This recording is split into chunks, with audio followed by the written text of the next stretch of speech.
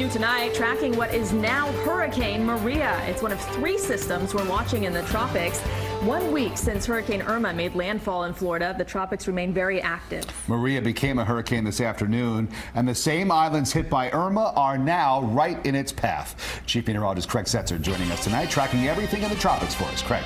Well, guys, I mentioned last week that if I came back over the weekend, it'd be because there was something we were watching. At that time, we thought it might be Jose not making the turn to the north. Jose did make the turn to the north. No threat to South Florida. Looking good there. Unfortunately, we've gotten now to the M storm. It's Hurricane Maria, which has been strengthening at a pretty steep pace throughout the day today, located to the northeast of Barbados there, about 100 miles to the northeast of Barbados.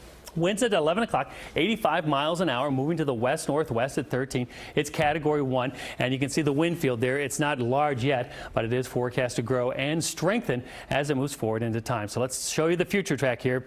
This is the latest from the National Hurricane Center, and the thinking is that because the shear in the atmosphere is very, very low out here, and the water is very, very warm, there's really nothing to restrain this hurricane from strengthening and strengthening quickly, so that it's most likely a Category 3 by the time it comes through the islands there, the Leeward Islands.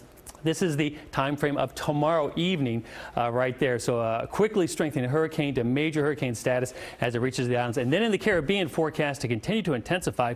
Category 4 this time frame Tuesday evening, and then Category 4 with a very, if not on top of, approach to Puerto Rico, which would be horribly destructive.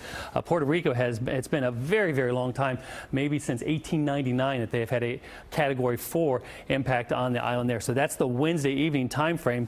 Beyond that, it's Thursday that it's in this general area here near the Dominican Republic, Hispaniola, and then on to Friday, it's into the Turks and Caicos and Southeast Bahamas, still major hurricane status. So it's this time frame here Friday that some of the models are suggesting it's going to start to take a turn more to the north. So let's take a look at those models.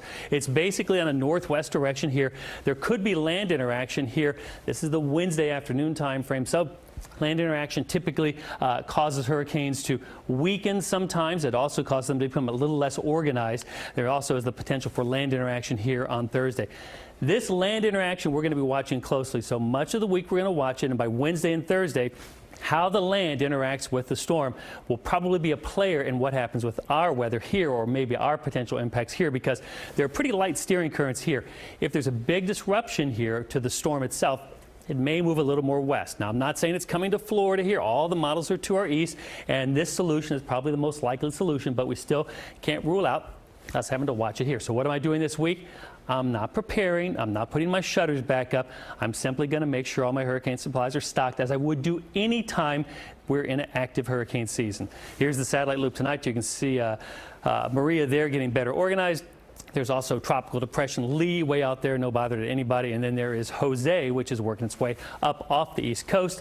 Latest advisory on Jose has it as a tropical hurricane right now, but forecast to become a tropical storm, and then get caught up here and make a little bit of a loop.